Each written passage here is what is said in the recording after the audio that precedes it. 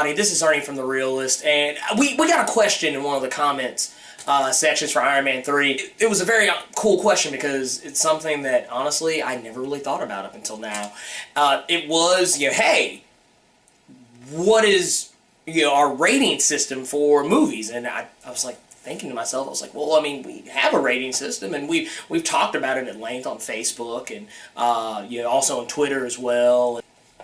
We've never talked about it on here, and the place where it probably would matter just as much, if not more so. So we're actually going to take care of that today. We are going to talk about our review system for movies. Now, we do have a separate review system for video games and other types of media that we also talk about on here, but we're just going to handle the movies for right now because, honestly, because of the nature of what these other things are, like video games, TV shows, books, comics, anime, whatever, it's a little dodgy. So we have a completely separate set of review things, so there is a little crossover here and there. The reason why I say that is because we don't use a number system, we don't use a star system, because those are misleading. I mean, if you look at something and it says, oh, 3 out of 5 stars, to some people they'll say, oh, that's an above average film. To other people they'll think, oh, that must have sucked.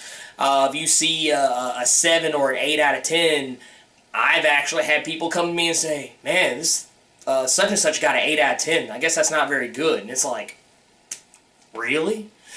So we just tell you exactly what it is we think when we review something. So that way there's no confusion. When I tell you what our ratings are, you will have no further question. Here we go. We're going to take it straight from the bottom all the way up to the top. And with the very bottom, we're going to start off with the lowest of the ratings on our channel. And that is suck shit through a straw.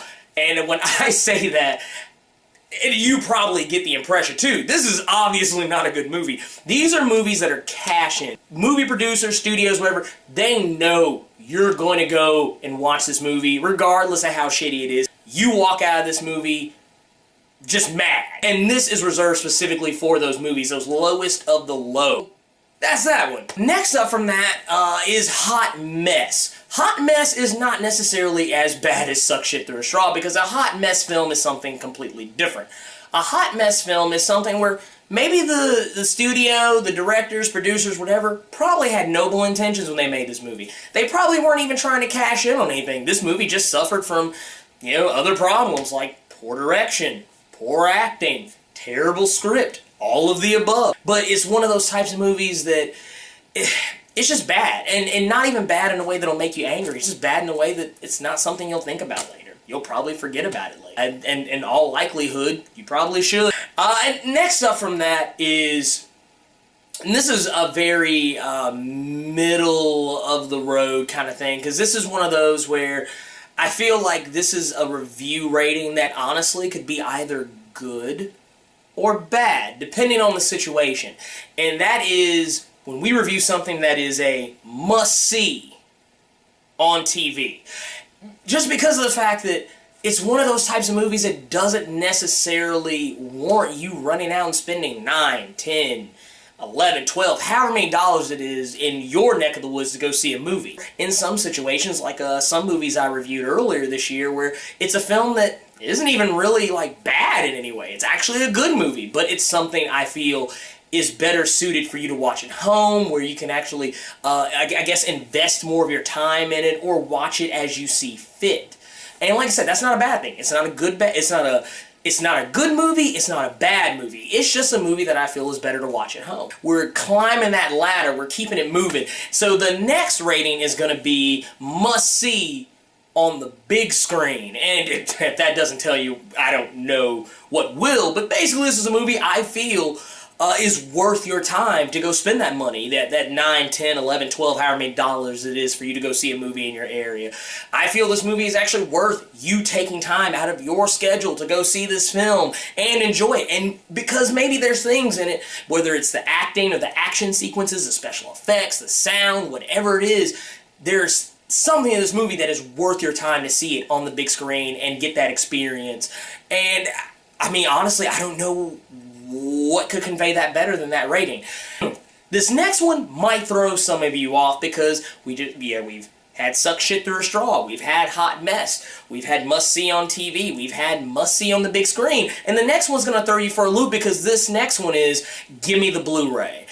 Now, I know what you're thinking. Wait a minute, you just had Must See on TV. I mean, obviously, a Blu-ray, you're watching it at home. No, it's not the same thing. To me, Blu-rays are expensive, and I don't know about you guys, but I'm not rich. I only add movies to my Blu-ray collection, my personal home collection, if I really like them and I feel like they're worth my time to own on Blu-ray. Otherwise, I mean, I'll just watch it on iTunes or YouTube or whatever other means it is you get to watch movies, or Netflix or whatever, you know, some shit like that, video on demand. There's only so many movies I personally own on Blu-ray, so to me, that is one of the highest honors. I mean, to me, that tells me that your movie is that good that I'm going to want to watch it again. And not only watch it again, but I'm probably going to want to own it and actually have it in my collection so that I can watch it again at any time I feel, you know, that I want to watch it. And to me, that is a high honor.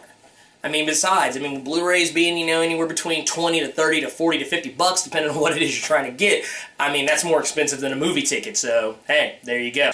Now for the final rating, for the creme de la creme, the highest possible rating we give on this channel, period. Fan-freaking-tastic. This is a film that is in the 1%, 1 in 10,000 movie. These are movies that I feel like are so amazing that I don't believe in perfection. But this is as close as it's going to get, if it's not there. These are films I will watch over and over again. I will go see this in the movie theater maybe 2 or 3 times, and then ultimately buy the Blu-ray and just sing this movie's praises throughout the internet and all around town and all over the streets. To me, this is a film that achieves that upper echelon. Only so few films actually do it, but when a movie does that, that's something special, and I feel like it should have the highest honor. So when we have movies like that, it's fan-freaking-tastic.